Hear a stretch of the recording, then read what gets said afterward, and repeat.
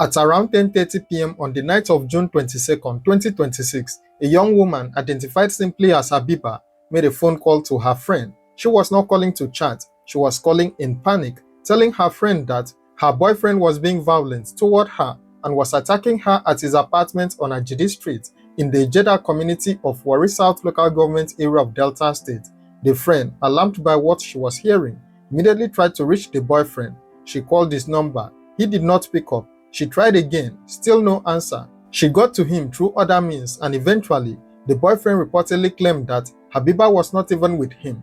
The friend called Habiba back, but there was no answer. She called again, still nothing. Habiba's phone was silent. Desperate and not knowing who else to turn to, the friend reached out on social media, describing the situation and asking for advice. People who saw the post told her to get the police involved immediately. She was doing everything she could, but inside that apartment, time had already run out. Inside the same apartment building, the landlord had been disturbed from his rest by sounds coming from Ade Damola's apartment. What he heard was not ordinary sounds. They were distressing screams, the kind that tell you immediately that something is very wrong. The landlord did not hesitate. He immediately called security operatives to the scene. When security personnel and police officers arrived and gained access to the apartment, they found Habiba lying on the floor in a pool of her own blood. She was naked. Her body bore multiple stab wounds. Her throat had been slit.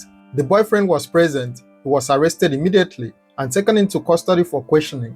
As of the time of reporting, he had offered no clear explanation for what had happened inside that apartment, as details emerged from people who knew her. Habiba had been seen in the Edjeba community just the day before, on Monday, June 22nd. Neighbors recalled seeing her buying foodstuffs. She was reportedly buying ingredients to cook a meal that evening, the kind of ordinary everyday act that nobody pays much attention to until something terrible happens. Habiba was a law student. She had reportedly traveled from Port Harcourt to Warri, specifically to visit her boyfriend. The two had reportedly been in a romantic relationship for some time, and she was known to the people in the community as a frequent visitor to his residence. She had made this journey before. She knew where she was going, but she had no reason to expect that this visit would be her very last. The boyfriend was rumored in the community to be involved in internet fraud, also called Yahoo Yahoo, and was also rumored to work in the NNPC.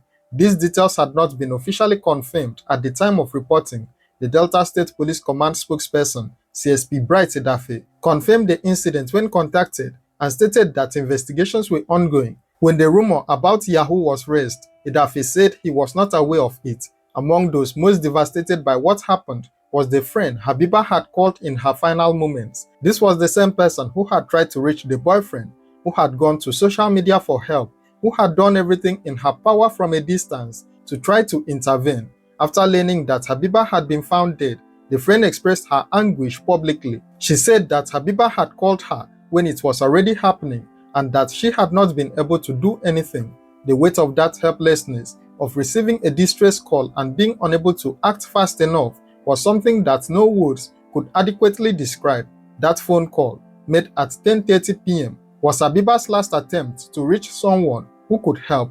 The friend had tried. She had called the boyfriend. She had reached out to others. She had advised going to the police, but the distance between what she could do and what needed to happen was just too great. At the time of making this video, many details about this case remained unclear. The exact sequence of events inside that apartment had not been fully established. The motive behind the killing had not been determined.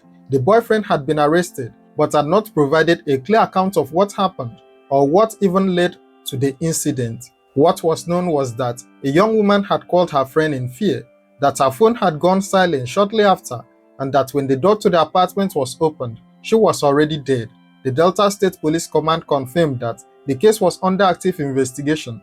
All available details were being gathered, witnesses were being interviewed, and the evidence from the apartment was being examined. This case is still developing. As more information becomes available, the public will be promptly updated. So don't forget to like, share, and subscribe to this channel or page so that you don't miss out on new information on this case.